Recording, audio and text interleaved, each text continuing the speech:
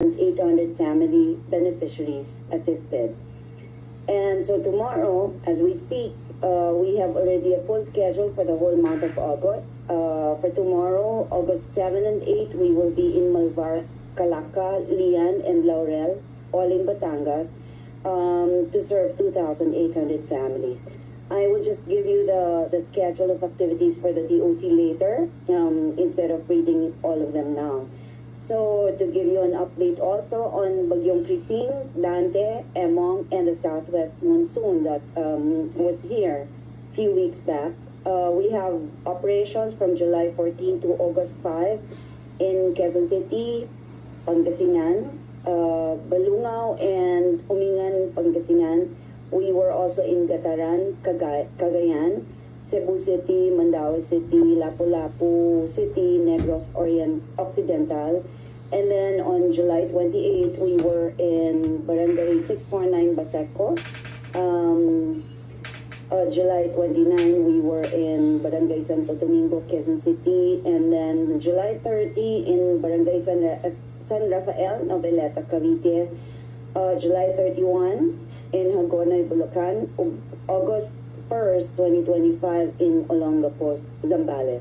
So we have already, for the past several weeks, only for Dante, Krising, and Emong and the southwest monsoons, we have served a total of 17,052 families already. And we have already given also relief goods to 82,481 individuals.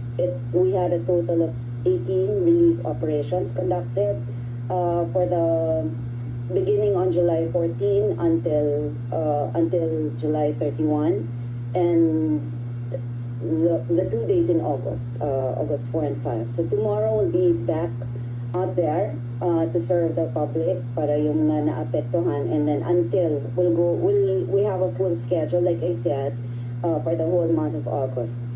And in behalf of the Vice President, Sara Duterte, we extend our heartfelt gratitude to our donors and partner stakeholders who have greatly extended the number of people we have served and expanded our services sa pamamagitan ng mga tulong na naibibigay nila, logistical support that they have provided to us. The Office of the Vice President appreciate the continued support that they have been giving to us, and it's not just the logistical support, it's not just the assistance that they give us, because you know that we have very meager budget to do all this, but it is actually the comfort and the joy that we give to the people pagka nakakatulong tayo, lalo na dun sa mga malalayong lugar na hindi talaga basta-basta maaabot ordinarily. So, nagpapasalamat po tayo sa kanila, because without their invaluable assistance, the Office of the Vice President will have to do with the limited funding that we have to fulfill the mandate of the Disaster Operations Center. And for all those seeking relief from the OVP, kindly send your requests to disaster.operations@ovp.gov.ph. So, yan po ang patuloy na ginagawa ng opisina, ang tanggapan ng Pangalawang Pangulo tungkol sa disaster operations. But the DOC is only one of the many projects and programs of the Office of the Vice President. I'm sure you're already familiar with this program, the Magnegosyo Taday. One of the many continuing programs of the OVP's Magnegosyo Taday, where we assist individuals and organizations to avail of the financial assistance provided by the office to pursue or expand their business activities. We aim to address the needs of individuals, groups, and sectors who suffer from poverty, injustice, or calamity by granting them livelihood assistance and give them the means to fish. And our goal here is to provide targeted support for either aspiring or current entrepreneurs and strengthen local economies by fostering sustainable livelihood and development. We help them create their own opportunity and the means for them to start or expand the source of their own livelihood. So, for this program, I'm not sure if you've seen us in action. Not yet. Hindi pa niya nakita. Okay. So Magnegosyo Taday has begun in 2023, and it's currently being done. To date, we have a total of 30 civil society organizations that have become part of the program called Magnegosyo Taday. This is we have already engaged 1,416 individuals who have received 15,000 pesos each for their businesses, either as a startup or augmentation of their negosyo. Based on our post-grant monitoring, nakita natin na sa pamamagitan ng programang Magnegosyo Taday ay maraming buhay ang nabago. Isang halimbawa ay ang Samahan ng Kababaihan ng Barangay Atia sa Santa Maria, Laguna, at sa loob ng 6 na buwan ay kumita sila ng 102,000 pesos mula sa livelihood grant na ibinigay ng tanggapan ng pangalawang Pangulo. We also have the Women's Mobile Vendors Association at Barangay Buena Vista in Sablayan, Occidental Mindoro. We gave them also 150,000 for this group of vendors. And then sa Burgos Fish Vendors Association in Bacolod City, also an organization that received 150,000 from us. For individuals, I mentioned earlier, we have given grants of 15,000 pesos each to 1,416 individuals and 30 recipient organizations with almost 9,000 participating members. They all each received 150,000 pesos. Ang Magnegosyo Taday is held in partnership with the Philippine Deposit Insurance Corporation and the Department of Trade and Industry to provide financial literacy training to beneficiaries. Money learning skills ang tinuro ng PDIC sa kanila para malaman kung paano nila tamang gamitin yung grant or yung pera na binigay ng DTI at kung paano nila ito ma-maximize para mapaandar or mapalago yung negosyo na ginagawa nila. Also, for all those interested in joining the MTD program, they may send an email to VP@OVP or future beneficiaries of this program na hindi po natin binibenta yung application form. So, hindi po kailangan magbayad, wala pong bayad. Even up to submission, pwede po sa satellite offices natin or dito sa OVP head office, ipadala yung form ninyo. Huwag niyo pong bilihin at huwag niyo pong babayaran ang form. So, that is all for our report for today. Okay, thank you. Yes. Thank you, Attorney Ru. So I will now open the floor for questions. Tatawagin ko po yung media partners for your question. So first, we have Jason from SMNI.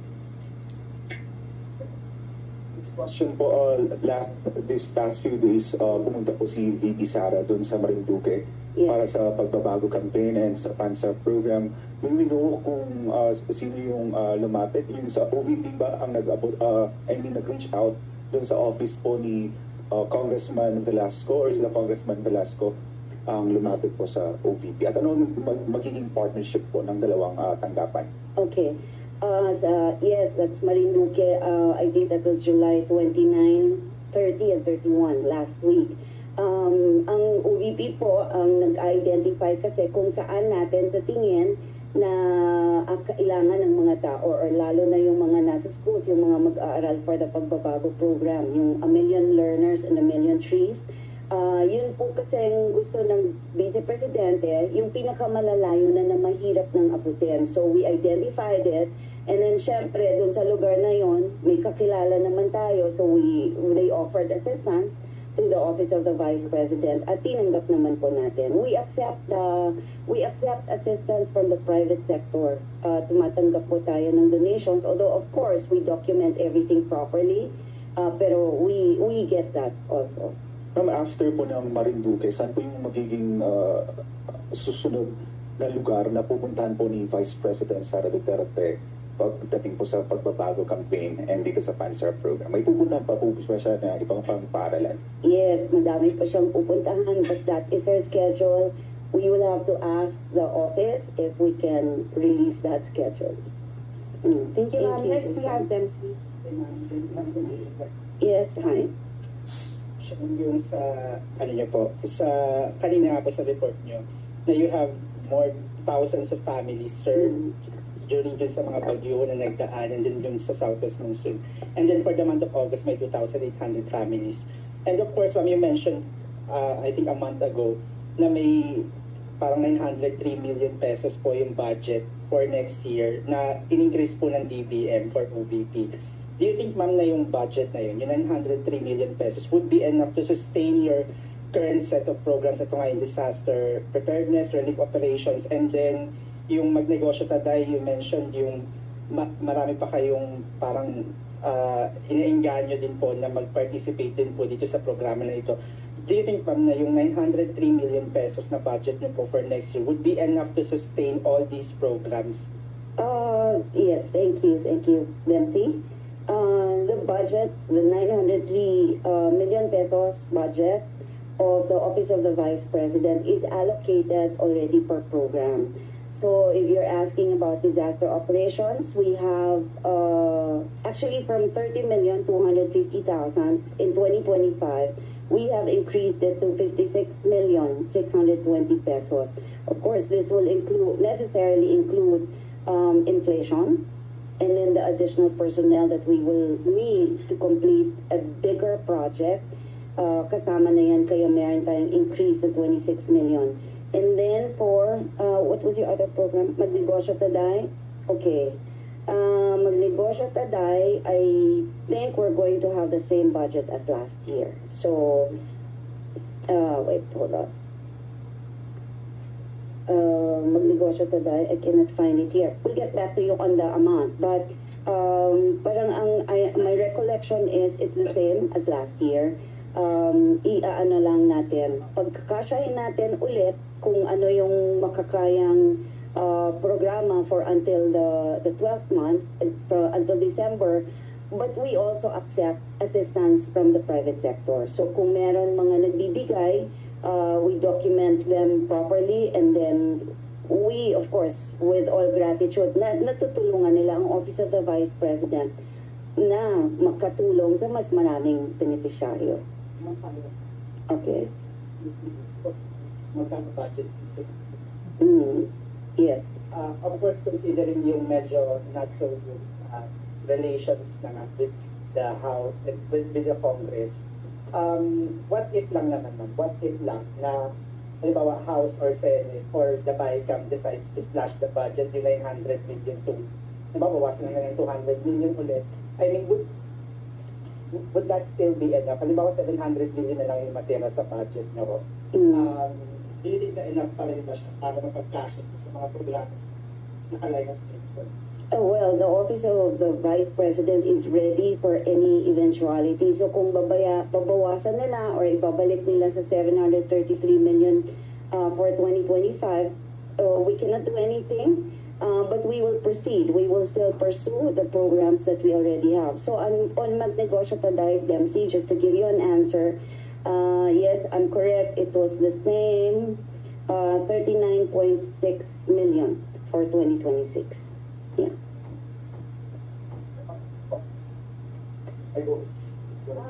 On budget? Speaking of, help from private sectors, kumusta po yung mga tulong na natatanggap po ng OVP, ma'am?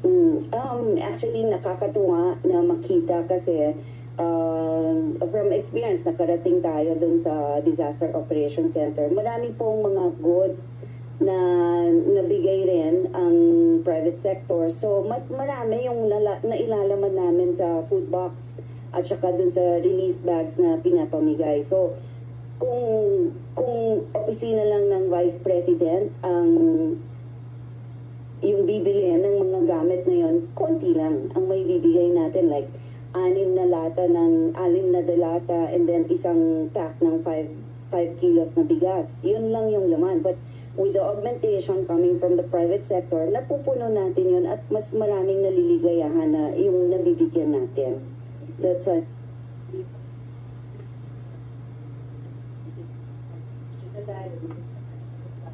How's the support of the private sector to the OVP? We do not accept cash donations. So donations to the office are given only in kind. Kaya sa magnegosyo tayo, unless diretso na nilang tutulungan yung negosyante na mag-provide ng mga, for example, a hair salon, mag-provide na ng blower, ng pang-diretso ng buhok or pang-kulot ng buhok or ganyan. Depende. Pero the office will not receive cash donations po. Sige ma'am, last follow-up for budget.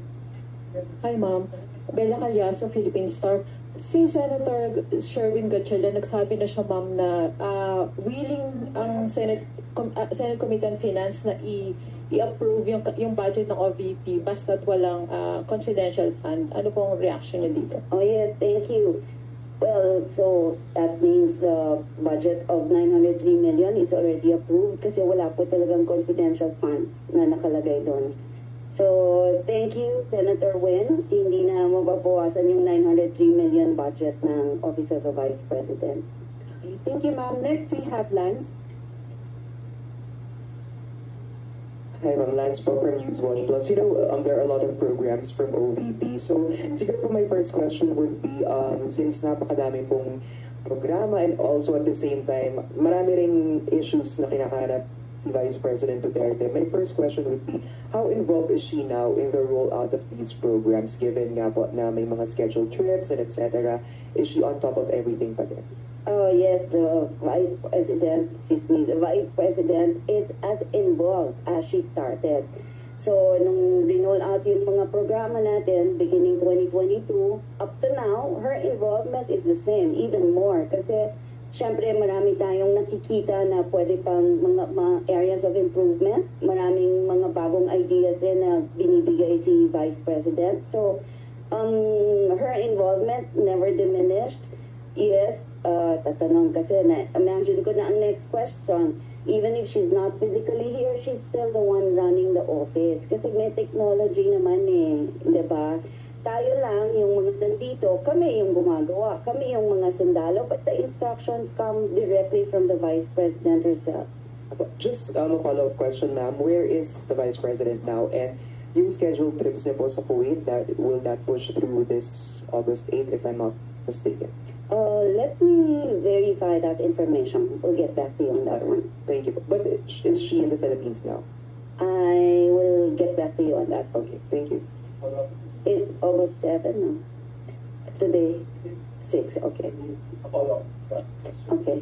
Nung pagbalik ni VP Sara po dito sa Pilipinas, nakita po ba kayo, ma'am? And then may feeling ba siya sa inyo? Especially sa institution po? Doon sa, kasi pagbalik niya, the day after she went to Marinduque. Papunta ako rin, dapat nakascheduled and some members of the team from Manila na papunta dapat sa Marinduque. But hindi kami natuloy kasi sa Roro malakas daw yung agos. So it was not safe for us. Hindi kami nakapunta. But we were supposed to be with her for the 3-day activity in Marinduque. Same pa rin, pareho ng bilin niya before, pareho rin ang bilin niya ngayon. Thank you, ma'am. Next, we have Miss Marisol. Does she have any official engagement outside? Is she just here? How is she po? Okay, for today, Kasi, specifically for today, we'll see. Hindi na siya nasisilaya. Oo nga, sige. Since you're her spokesperson, so, pumustay namin saan po si VP ngayon, ma'am. Okay. Tapos po siya. Sige, we'll get back to you on that before we end this conference. JC, paalam na lang please. Is she Okay. just here? Who knows? She can just be right in the office. Oo nga, a few steps away. Okay, okay. Sige, we'll give you the answer later after we confirm. You mentioned that she's more involved now Yes. than she is before. Can you just describe how involved she really is with the programs? Parang ano ba, siya yung, sabi niyo nga siya regarding instructions and everything. I mean, can you just describe how her involvement now, kahit a few words lang, can you just describe how involved she is with the program? Okay. So of course, given the 3 years now that she has been the vice president, mas marami siyang nakikitang kailangan na gawin, mas marami siyang na-encounter na tao, na mas marami ang pangangailangan na minsan first time lang natin naririnig na meron palang ganun na pangyayari, meron palang ganun na sitwasyon. So lahat po ng ginagawa ng Office of the Vice President, even the regular programs that we have, submitted sa kanya lahat ng report, and then magko-comment siya dun sa report that should have given more here, should have given less there, para mas spread, na ikot, or ganyan. Or even the public release, the press releases that we make, even the ones in social media, chine-check po muna ni Vice President yun kung tama ba or accurate ba yung mga figures na binigay nyo, i-compare niya dun sa records niya. So that's how the Vice President is involved. Like I said, she may not be here physically, hindi lang natin nakikita, pero yung trabaho na kailangan niyang gawin for the office is still being done. Ano lang, minsan virtual, minsan ghost. Thank you, ma'am. Follow up. Related, ma'am, doon sa tanong kung talagang mas involved si VP Sara ngayon. Kasi merong survey ngayon na bumaba yung kanyang yung performance rating ng OVP. So, kasi may impression din na kaya bumaba dahil lagi siyang wala sa bansa. Ano po yung comment natin dito? We of course respect the survey. Regardless of the source, kung saan po galing yung survey na yan, okay lang po sa atin if that is their findings. And of course, with that, kung totoo man yun o hindi, we have resolved to do better for the Office of the Vice President. The Vice President herself also has resolved to work even harder than we are all working now.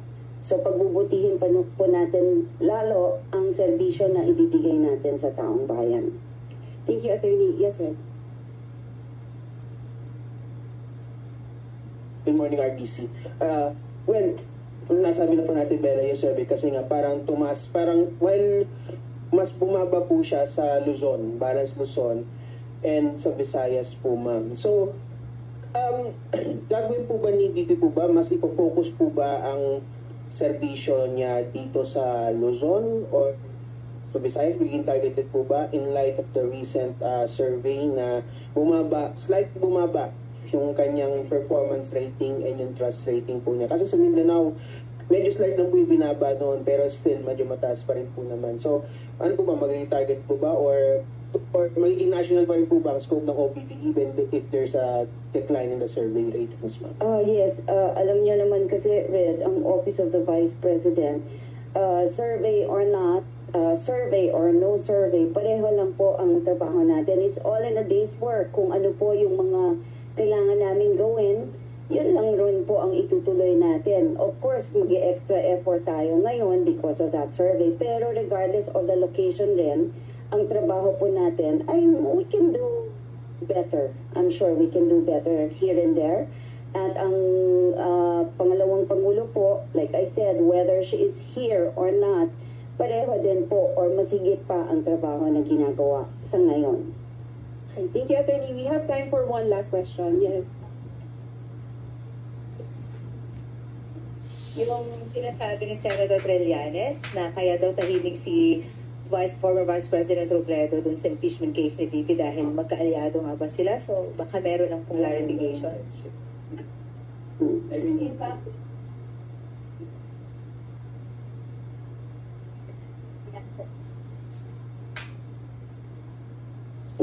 Okay, well, I am not privy to that, but you know, if it's true, I'm sure the Vice President will get a lot of useful tips from former Vice President Leni Robredo.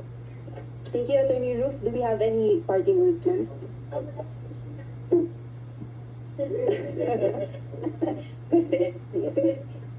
The last question from Jason, ma'am. ano, you're not the spokesperson po for the impeachment. Pero gusto lang namin kamustahin yung institusyon, yung moral po ng mga staff ng OVP na ngayon po ay magdidesisyon, magbobotohan po mamaya yung Senate po. Okay. Kagaya ng sinabi ko tungkol sa ano yun, yung survey or no survey, impeachment or no impeachment, the office of the Vice President will work the same or even harder to fulfill the mandate of the office and to fulfill also the advocacies of the office of the Vice President. Pareho lang, parang kaming we're shielded. We do not know what's happening outside. So, tuloy lang kung anong trabaho. Yun lang ang focus naman kasi. Well, of course, that's a standing order from the Vice President also na whatever happens outside, whatever happens in politics, diretso lang, focus lang on the office of the Vice President, yes. Thank you, Attorney Ruth. Yes, thank you. Last na parting lang, just to remind everyone, lahat po ng mga tanong ninyo, of course, we welcome all those. And kung patungkol po sa trabaho ng Vice Presidente ng Pangalawang Pangulo, lahat po ito na ginagawa ng Office of the Vice President at niya mismo as Pangalawang Pangulo ay para sa Diyos, para sa bayan at para sa bawat pamilyang Pilipino. Maraming salamat po. Thank you, Attorney Ruth. That concludes our press conference po. Salamat po.